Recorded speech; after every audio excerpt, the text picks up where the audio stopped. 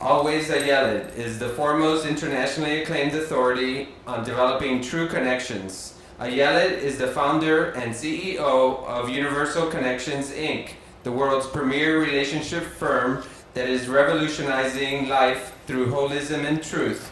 A highly sought life and relationship coach, professional matchmaker, astrologer, philosopher, and author, Ayelet is always Ayelet. Today's show is sponsored by Mt. Gox, Mezzi Grill, and usgoldcoins.com. Hello, and welcome to episode number 5 of Always Ayelet. It is my absolute pleasure and sincere pleasure to be here yet again. And I want to thank you so much for joining me and sharing with me my message of love and freedom and truth, and also spreading the word to the best of your abilities like you have been. You can join me, like my page on Facebook, AlwaysAyelet, and you can also find me on my website, which is AlwaysAyelet.com. Tonight, I want to first, again, encourage or reinforce the message to the victims of Hurricane Irene. I know some people are still without power. I know some people are still struggling without their belongings. This too shall pass. You have your life, you have your souls. Keep it together, have patience, and this is what matters in the end, what we have. The other thing too I wanted to mention is extending my condolences to the victims of the attack in South Israel that happened a few days ago.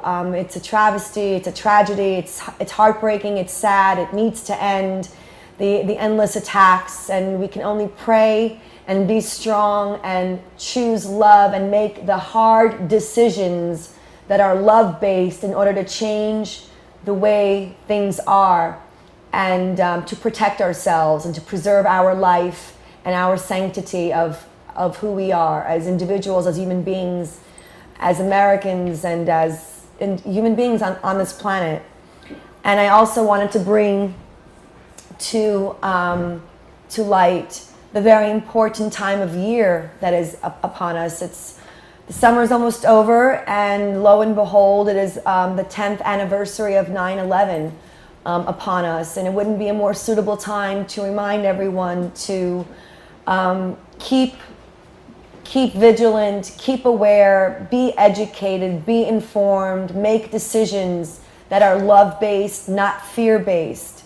There is a perpetual battle between love and fear, and they are the two prevailing deciding factors that affect all of our human decisions. If you dice it up and slice it up, what you'll end up with is either love or fear. And don't challenge me, trust me. I've analyzed this up and down. Anything you want to decide about, you can make a choice out of love or make a choice out of fear. If you're making fear-based choices, it's not love. It will not lead to anywhere but eventual pain, destruction, and loss. But if we make love-based choices continuously, consistently, always, then the road we travel may be a little more challenged, a little more bumpy, a little more difficult. However, we will ultimately achieve our goal. And I say this with all my heart and all sincerity, and from a place of experience. I've made love-based choices for the majority of my life in the past 10 to 15 years. And as difficult as those choices may have been and are still for me to maintain, no one can take my sense of self from me, no matter what I may gain or lose. In my sense of self, in my choosing love, that is the ultimate strength, the ultimate power, if you will. And it doesn't entail imposing power on others, oppressing others, or a emotional need or desire to control or possess anyone or anything. If we detach ourselves from this potential that we have as human beings, we will be inevitably free to love and to choose love continuously. So let's educate ourselves, let's get informed, let's inform our friends, our families, our neighbors, our communities, our society, and together we will prevail the war against fear and hate and all things that are threatening our humanity, our life as we know it.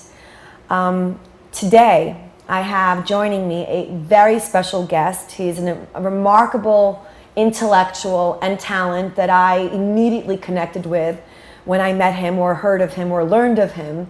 And how is an interesting story as well. It's all interconnected, my friends. His name is Ricardo Costa. He is a playwright, he is a writer, and he is a brilliant up-and-coming talent. Not up-and-coming, he's coming, he's arriving, he's arriving. My dear friend Tim Moss, you might remember him, he joined me in my first episode, who's also a very brilliant and talented artist and actor. He recently announced that he was featured as, I believe, one of the star characters in a play off Broadway called The Choice. Of course, it was compelling upon me to see my friend Tim in his play. And when he told me a little bit about it, I was intrigued, but didn't know what to expect. You never know what to expect when you're going to off-Broadway theater. And so I went, and the night before I wished him my congrats online, on Facebook, and the people who were writing in were saying, wow, what a great cast, what a great play. And I was more enthused about going the following night. And to my great amazement, not shock, but amazement and enjoyment, I was deeply moved and touched by the subject, the content, the play, the acting, the cast. It was all just phenomenal. And I was introduced after the play to the playwright Ricardo Costa. We found an instant simpatico. And so he's joining me today. And I'm hoping, I know it's short notice and it's not a very big theater, but I'm hoping you can still get tickets to his last appearance. They extended the show for one extra week because they were just really doing so well. And the last show is airing September 3rd. That's this weekend. It's Saturday at 9 p.m. at the, what is it called? The Theater for the New City. The Theater for the New City in New York City. So let me first allow me to introduce this brilliant talent, Ricardo Costa. He joins us here. Ricardo was born in Bologna, Italy. He holds a master's in media studies and a certificate in media management and leadership. He graduated with a BFA in film and television production from New York University's Tisch School of the Arts. He got a job actually a while ago with Spike Lee, and then was invited yet again to assist him in a concert the following year. This relationship spurred on to him completing his award-winning third short film called Change the World, another message that I'm working to do one member at a time, one viewer at a time. And this film, Change the World, screened in more than 30 festivals worldwide, receiving very important recognition. He completed his fourth short film called Crossing, starring Joe Morton, Hazel Goodman, and Anthony Mackie, who is now starring also in two of Spike Lee's movies. And it played in more than 40 festivals and won awards in several international film festivals, and it has been broadcast in several TV channels, including CBS. He was a playwright in residence at Philip Seymour Hoffman's Labyrinth Theater Company in the summer of 2009. And his play, The Choice, won as Best Play at the Downtown Urban Theater Festival at the Theater of the New City in New York City, where it is now playing and is still playing for, I believe there's one more show. So without further delay, allow me to introduce my dear friend, Ricardo Costa. Thank you so much for having me, the writer of The Choice. And let me just add, The Choice, theexaminer.com wrote that The Choice is a candid look at human nature, judgment, and the will to live. He describes the play as addressing division based on religion or class or gender or politics, and makes a case for how much we are all the same, especially at a moment when the past ceases to matter, which by the way is every minute. Every minute we're alive, the past doesn't exist anymore. The only thing that does exist is us and our potential for tomorrow. And we stand exposed to the end of everything. And I question Ricardo and I say, is it the end of everything or is it the beginning of everything? And so here we are today to talk about his brilliant work, The Choice.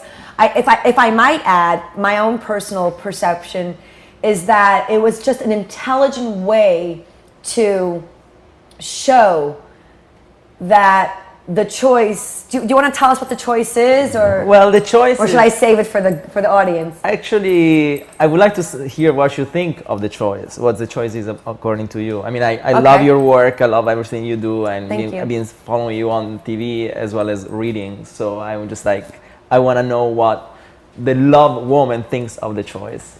Well, what the choice did, on stage was identify all the various perspectives of humanity, if you will, or let's just not say it's not all of humanity, because a lot of people were not represented in your play, in the characters of your play.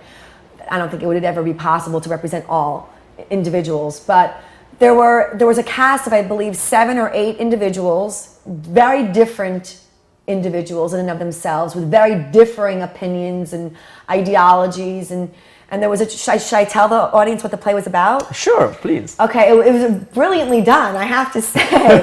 What I think I loved most about it was that it showed the truth. It showed the biased truths on various perspectives, but it also showed the ultimate truth, that life is not for us to decide. Who lives, who dies, what is, what isn't for us to decide. I believe in God. I think we share that strong belief, you being an Italian Catholic and me being a Jewish American Israeli. I think we believe in God. I think our identity with God being one, the source, the one God. God is one. I think we have that in common, that shared belief. And I don't believe that it's for humans. And I think, especially in light of what I introduced as far as the concept of love and fear, and of course my predominant message is truth.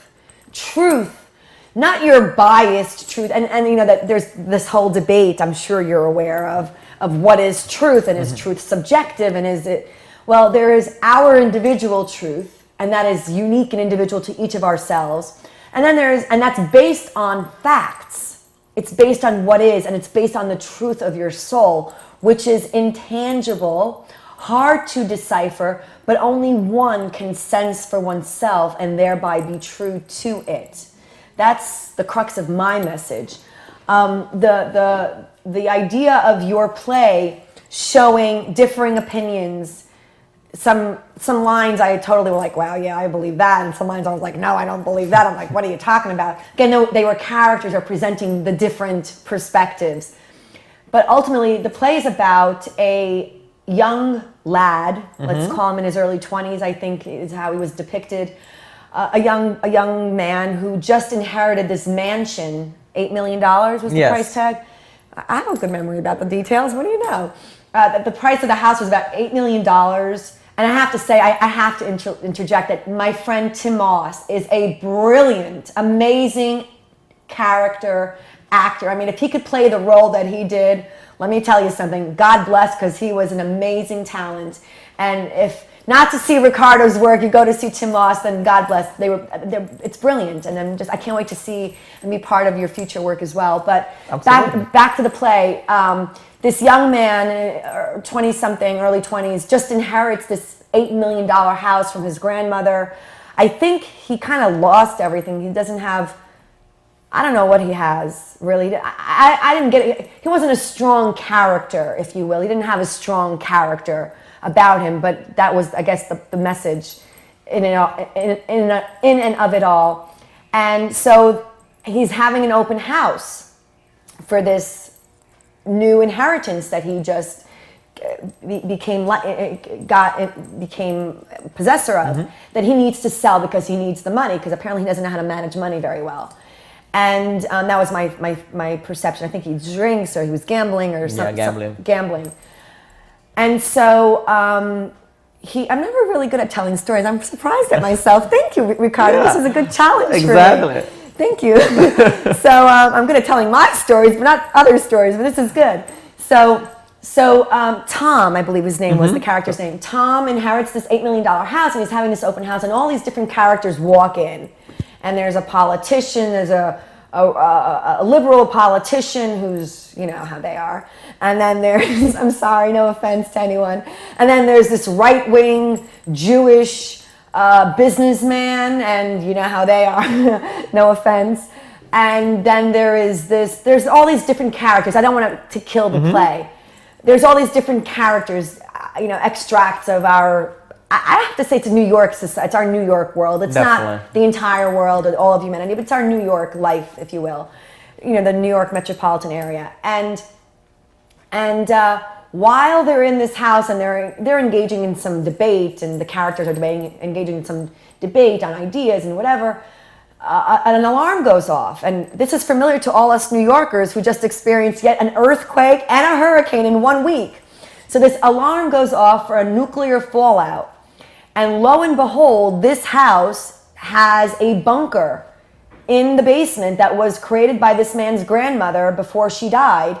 And it's only equipped to save the life of 3 people for the duration of a year, I believe. Exactly. And only 3 people can live in this bunker. And now they're in this house. They have an hour to decide who goes to the bunker and who doesn't. I'm not going to say how it ends, but I think it ended eloquently, quite frankly. Thank you. In light of the playwright, I have to say.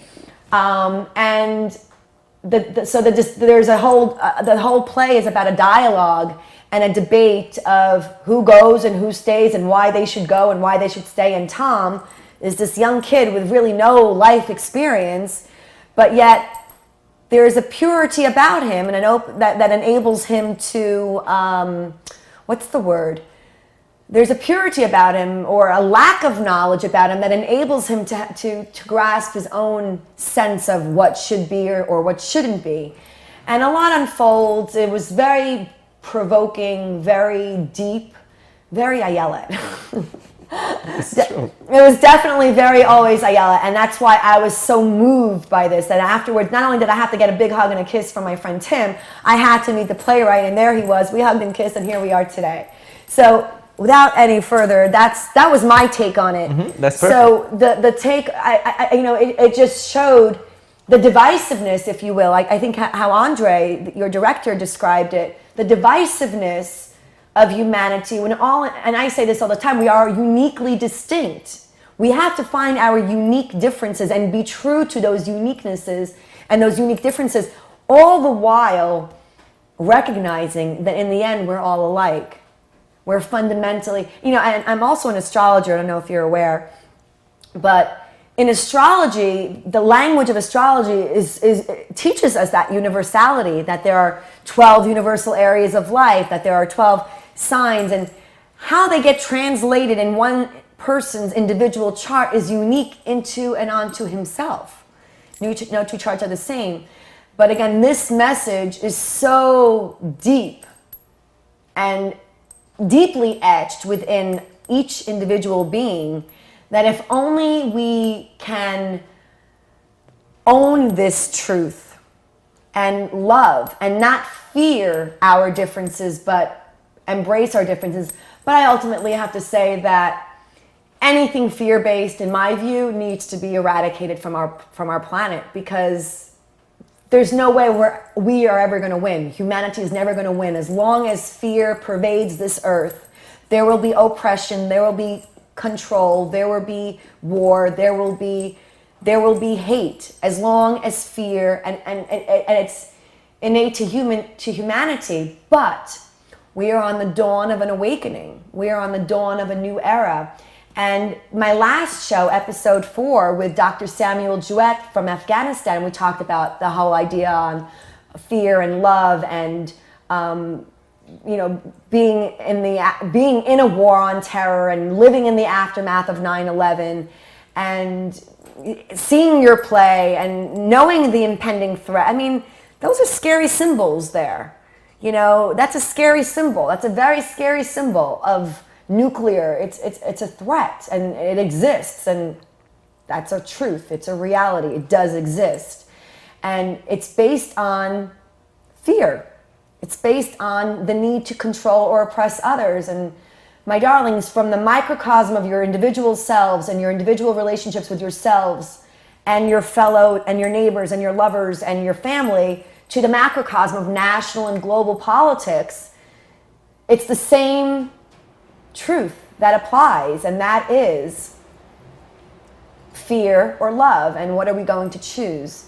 And we as humans, I believe God, who created us, chose love.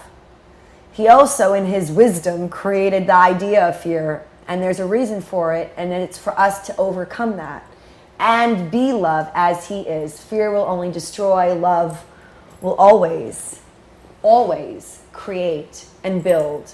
So tell me, my darling Ricardo, I love your name, by the way. Thank you. It reminds me of Ricky Ricardo. I'm an I Love Lucy fan. But tell me, so you're in the United States now for 15 years. Correct. Tell me your story. Tell me what inspired you to write The Choice, to do the work that the other works that you've done. Tell me what makes you you. Who are you? And well, who am I? I mean, what inspired me to write The Choice was a study actually that I read a few years ago about Swedish psychiatrists, like putting people in a room and telling them there was the end of the world out of the door, and the first person who actually was going to be able to step out of the door was the one who was going to be saved, and nobody actually got up, and it was a long. So So the study was by a psychiatrist that if there was a war and you had a chance to live, would you go out? The only way to live was to go out to exit the room. But no one got out. No one got out. Interesting. Yeah, and it was a long. Is this a true study? Yeah. Do you know who did the study? No, because I read it like on Science magazine like a few years ago. That's very interesting. But like, yeah, and it was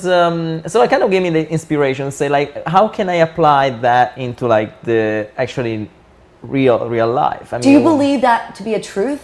Do you believe that to be a valid study? Do you believe that if given the choice, people wouldn't just trample each other to get to the door first? Well, that was the point. One of the point was like people wouldn't get up because they were trampling each other, and so nobody actually would make it out because they were going to kill each other before getting there. So that was so kind of like die or be dead. Exactly. So kind of instinct of survival. Yeah. So it's like where are you going? And so I kind of like took that material and I fictionalized the material, and I said, okay, like how I'm gonna make it like, as you actually mentioned before, very intelligently, like how I'm gonna make it like a New York story. And I came out with the characters, and I came out with people they see every day when I go in walk on the street, I see on the subway platform. You live in Manhattan? Yes, I live in Manhattan. Been living here for 15 years. And New York. Yeah, don't you love it? Yes, I love New York. It is the greatest city in the world. It is. It's the best one, number one. Thank you, much. And by the way, I love Italy too. Love Italy. My favorite country to visit is Italy, my darlings. It is the best. But go ahead. To visit. To visit. Oh, I want to have a summer home in Puccino, Sicily, but we'll talk about that some other time. Okay. I'll call you so you can help me negotiate the deal. Okay, well, I'm a good negotiator, so. Yeah, I know you are. And you speak the language. So yes, that helps. Yeah, it does. But go ahead, get back to the... So I came out with this idea, and I kind of like started writing the play, which is my first play, because I usually write screenplays or TV plays, so this was my first like attempt to write a play, and it was like, you always, when you write a play, it's very different than writing a screenplay, because you don't have editing, and you don't have like change of scene, you don't have change of time, so everything happened in real time. Right. And but I said, I'm gonna put myself in doing it. So I did it, and I submitted to a few like theater companies. I was able to get into the Labyrinth theater company, which was a great experience to develop the play. With Philip Seymour Hoffman. He's amazing. And Stephen Gurgis, who just now got like Tony nomination. Wow. So it was just like and working with actors every day, reading the material. It was just like very interesting. It helped me to develop. Then I did it last year for the Downtown Urban Theater Festival. One honorable mention as best play, and I was asked by the Theater for the New City to bring it back in the Dream Up Festival this year, and it was supposed to have only 5 nights, and now we have 7 so far. So that's I really hope amazing. They extend it further, because I announced that we have the last show on September 3rd, but I really hope, whoever's the powers that be, I really hope they extend it, because it is a must see. It will leave you thinking. It will leave you feeling, and that is what art should do. All art should leave you feeling and thinking, and hopefully leading you to a path of truth and exploration. We need to take a break and thank our sponsors, Ricardo, for a few minutes. Sure. But when we get back, I want you to tell me more about your creative process and how you came to create the choice, and more about your life right after these announcements from our very important sponsors. First, I would like to thank MountGox.com. They are an online exchange services for Bitcoins. They now take euros, British pounds, Australian dollars, and Canadian dollars with continuing fees of 0.3% and two-factor authentication. Also, mezegrill.com, where authentic Mediterranean food meets modern flavor, now serving breakfast at 8th Avenue and 55th Street in New York City, just a couple of blocks south of Columbus Circle. And I would love to thank usgoldcoins.com. That's 1-800-HOT-COIN, our trusted advisor for investments in rare gold and silver coins. Andy takes the mystery out of buying silver and gold by holding your hand. They take a hands-on approach. Better to call and speak directly for current inventory. Again, that number is 1-800-HOT-COIN.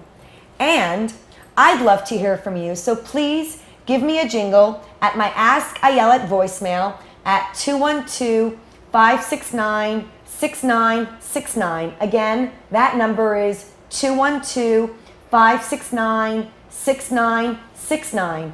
And also, if you would log on to my website at AlwaysAyelet.com, you can save $395 today. That's a lot of money, folks. Exclusively for only One TV viewers. Register for a special coaching package at AlwaysAyelet.com and receive an extra one-on-one with Ayelet, that's me, at no additional cost. And also, I'd like to announce the must-read, The Value of Love. If you haven't already read it and downloaded it, it's available for a free download at ayeletmedia.com. That's ayeletmedia.com. You can download for free the must-read Value of Love and The Gift. If you're seeking true love or not completely happy in the love you have, please read The Value of Love and The Gift, so you will be on your path to finding this. Also, with me today is Ricardo Costa, the playwright for The Choice, which is performing live for a limited engagement only. There's one show left, which is this Saturday, September 3rd at 9:30 p.m. at the Theater for the New City at 155 First Avenue between 9th and 10th Streets in Manhattan. It's starring Tim Moss and Josh Breckenridge. Tickets are available at the box office or online at www.smarttix.com. That's www.smarttix.com. And so, without any further delay, my darling Ricardo, tell me more about you and your life and your work and The Choice. Well, I want to take something that you said before about truth, and because I always wonder about truth, and when I wrote this play, it was about like when there is a senator line, say what is the truth? I ask because I don't have an answer, and I don't think I have an answer. Although I say there is something I learned like long time. I go from a Catholic movement I used to go to, and one of the motto was like, if something is true, it's always true. I say this, and it's like something you can't change, and that's so in a certain way like a play of words. It's like it's true. I mean, the water is always gonna be water. It's never gonna be wine. Nature is what it is. Truth is what it is. Sir Winston Churchill had a great quote. I love it. I use it all the time. Sir Winston Churchill said, "The truth is incontrovertible.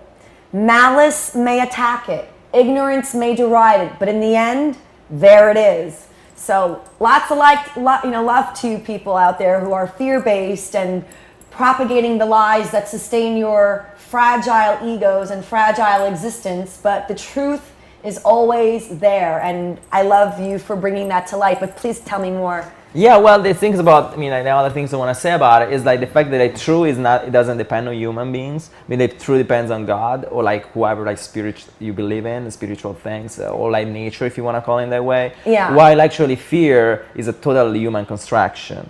I mean, like, I'm sorry, say that again. is a human construction, the fear. I mean, you create your own fear, or you kind of like I agree. Kind of like say, okay, there is an earthquake, I'm fearful, but you're fearful because you don't know what to do. Right. It's not, but it's something that creates, something that comes with you. So if it comes with you, it ends with you. It's something that you can control. Absolutely. So it's not like if you're hungry that you need to food because otherwise you die or you die if you don't drink something. Right. You know? But like fear is just something you can totally live without, and it's something that you actually create growing up, because a kid is just one day born or 2 days born, doesn't even a concept of death. They don't have fear. Children are pure in spirit. They haven't yet been adversely tainted by life. Exactly. To be feared and to develop egos and until at 5 years old, they don't even have a concept of death. They realize the Right. concept of death after 5 years old. So you can tell you that in those 5 years, these kids believe they're gonna live forever, Right. because that's what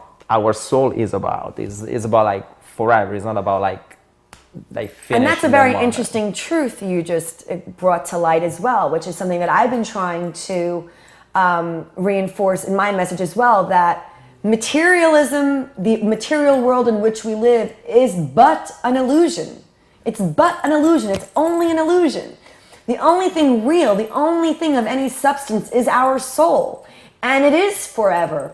You know, I remember being in love, my first love, when I was 18 years old, and I told my mother, you know, how we think our moms don't know anything when we're 18 years old. And my mom, and I was saying, no, me and whoever he was will last forever. My mother said, and she was, at the time, she was my age right now, and she said, nothing lasts forever, Ayelet, nothing lasts forever. And you know what? Maybe in the material world, she's absolutely right. Most things on this planet don't last forever, but love and our souls do last forever. And if we are true to our souls, we are true to ourselves, we are true to if we love ourselves and true to that love, that self-love, everything else will fall into place no matter what adversity come your way. And you know, this is a survivor. This is, you know, they say I'm a consummate survivor. You know, I like to call myself a champion life master, but because I know how to champion life and surviving. But this is a survivor story. This tells the story of survival. This tells the story of the human will to survive and to want to be alive. And the play, I think, did a really brilliant job on showing or questioning, what is life? What does anything mean? All those labels that we use to identify ourselves, what does it all mean if it isn't in relation to anything, if it isn't relative or in relation to anything else? In the end, the only thing that matters is you, and look at yourself in the mirror. What do you see? Do you see truth? Do you see love when you look in the mirror? Are you living a love-centered life, or are you living by being oppressed? Are you living in fear by either being oppressed, allowing oppression, and thereby oppressing others through the control manipulation game that people do, that people play in their one-on-one relationships and in our global and national political arena? But that's sort of where, I guess you could say, I think that's how we've kind of found ourselves on the same line, if you will. Absolutely. When it comes to, but yeah, we do believe in forever. We lose that belief because life hurts us, challenges us, causes us pain, and you can either pick yourself up and keep on trekking and get on the horse again and keep on riding, or you can just throw in the towel and call it a day. But so tell me more. Well, you know, there's something interesting about what you're saying, because it comes in my mind what people tend to say, which is like most of the people today live their day if it's like their last one. And I always challenge them and say, I actually live this day as is my first one. I like that. Because it's like, if it is my last one, there's nothing after. If it's my first one, there's plenty. I love that. So, and it's all about, and what you just showed us too is that approach. to how to change. The only thing we can change is our attitude and our approach on how to look at a situation. You know, the old cliche of the glass is half full or half empty. And I love that. Yeah, I always say this is the first day of the rest of my, I always say that too. It's the first day of the rest of my life. And I'm going to do whatever I can today because we don't know what tomorrow can bring. You know, interesting about the hurricane that we just experienced, I had to do show prep, you know, production work for the show. And the show airs live on Saturdays, but it was, and I wasn't even concerned about the storm, but I like to get things done on Wednesday or Thursday, not last minute. You know, I even told you be here 2 hours before the show because I want to make sure, because life happens. There's always going to be an obstacle. There's always going to be something that's going to take you away from your dreams, from your desire, from fulfilling the best of your human potential. They always will exist. Now you can throw in the towel and call it a day and say, okay, I give up. Or you could say, you know what, today's my day. Let me get it done. What can I do? Make your list, check it off, you know, like Santa Claus, and get it done and just do it. And it was the good thing that I did because I had my show done and emailed to the studio on Thursday so that when Friday happened, I was good to go. And then in the end, we had to reschedule because I wasn't able to, the city was closed. It was impossible to get into Manhattan. And the studio was obviously closed. And but I had no power for 36 hours. Imagine if I waited till Saturday. I would have been, even though the studio was shut, I never would have been able to get to today's show, to the airing of today, because I would have still been unprepared. Because of work I could have done and should have done a week ago, which I did do, by the way. So here we are. So always be prepared. I know Boy Scout 101 is be prepared, be aware, be vigilant, be aware. Look back only to learn from the past. Don't bury yourself in the past, but look forward. Always keep your eye going forward. And if something works, let it work. If it's not working, cut it, redefine it, or end it. Those are your options. But we must find the courage for truth. And hopefully, I believe this is a new era upon us. Dr. Sam from Afghanistan concurred with me. We're at an awakening. I feel it. I know it. It's spiritual. It's universal. It's happening. Your work is indicative of it. My work is indicative of it, and the work of all the great workers. You know, they call them, I don't want to use any labels of light workers or whatever, because some of that has a lot to be desired even in that label. I don't like labels, but the work of truth, the work of love, the work of a oneness of humanity. Let's eradicate the divisiveness. Any religion, and I mean any religion was created by man. Think about it. Religion was created by man. There is only one God. There is one truth. I believe in the Torah, which is the Old Testament. I believe that is the ultimate truth. I believe the Torah was given to all of humanity to live. And the Jewish nation received the Torah, became the Jewish nation by receiving that constitution to life. And if we live this constitution, as hard as it may be, and each nation, each individual takes that constitution onto oneself to live it in the way that Jesus did, we will, and I believe that Jesus was a great leader, if you will. I don't believe in him being the savior or the Messiah or any of that, with all due respect to your faith and beliefs. But I believe he was a great leader, but I don't believe he ever had an intent to create the Christian faith that was created, or maybe he did. I don't know. I might be wrong about this, but it is what it is. And I believe religion divides. I believe in the one truth that is love, that is to love and honor thyself, your other, which is anyone outside of yourself. And in so doing, and it all starts with you. If you don't love yourself, you're not capable of loving another. If you don't love yourself, you do not love your Creator. Call him God, call him the source, call him whatever makes you happy, but the Creator, nature, the oneness of the ultimate reality of universal life and love created us to love and honor ourselves, and in so doing, we will thereby honor and love one another, valuing valuing life, humanity, individualism. And all of this is inherent in the Bible, in the Old Testament, in the Torah. You know, even the story of creation, you know, the divisiveness of the heavens and the waters, and all of this is indicative. It's all metaphorical indications, if you will, of what life is. And if you go back to the origins of our creativity, our creation, it's only natural to see divisiveness existing within us, conflict existing within us.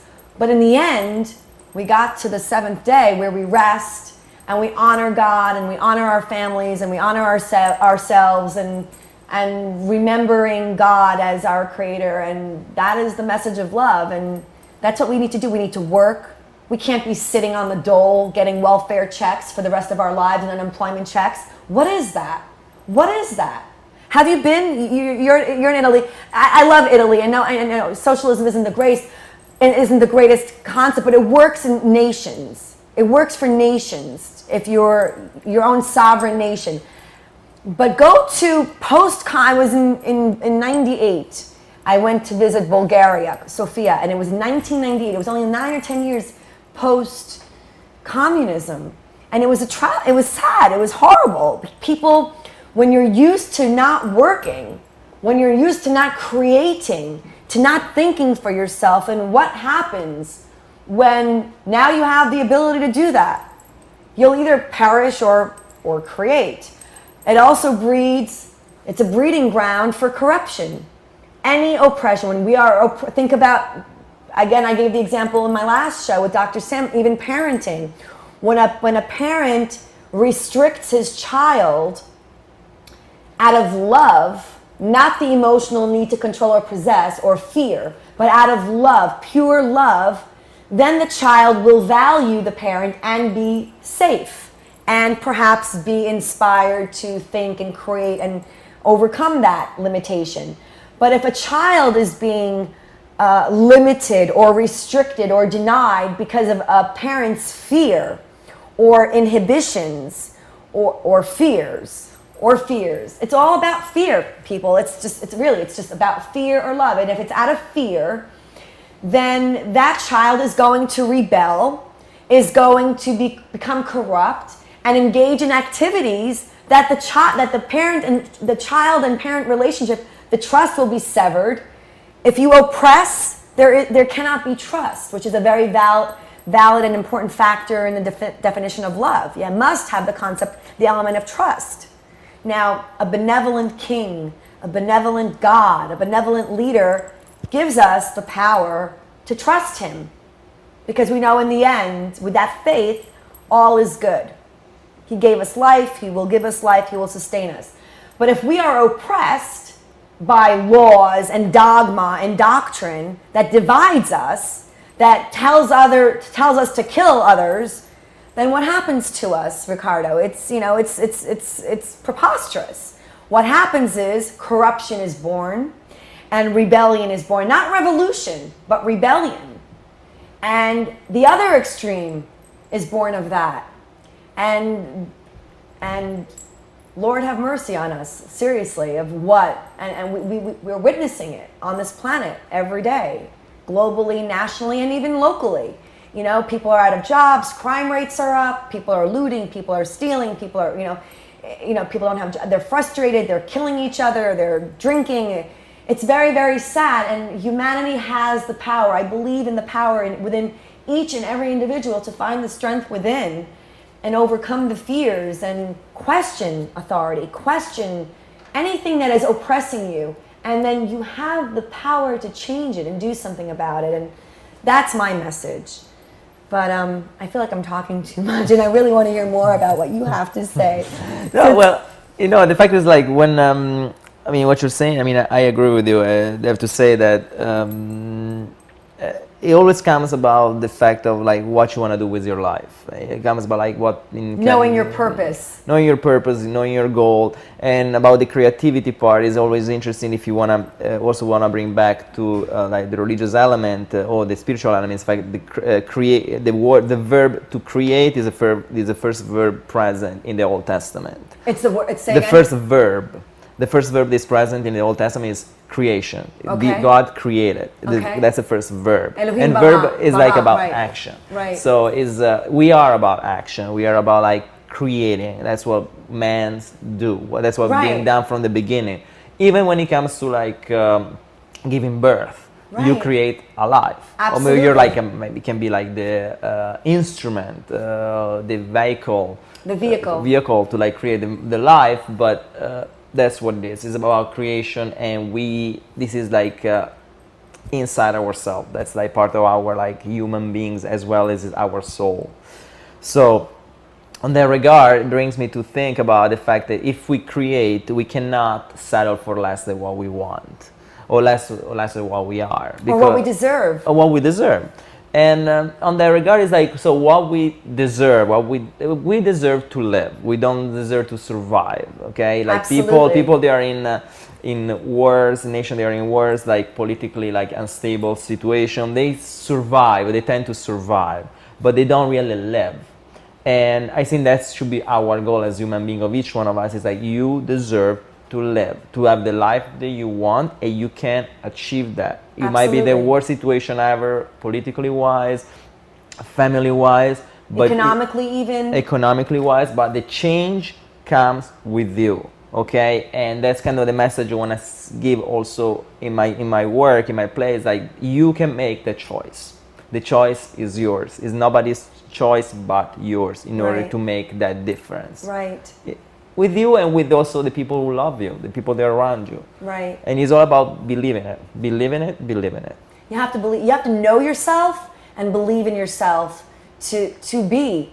And man was not man. I don't mean to be effeminate by saying that, but or is that the correct yeah.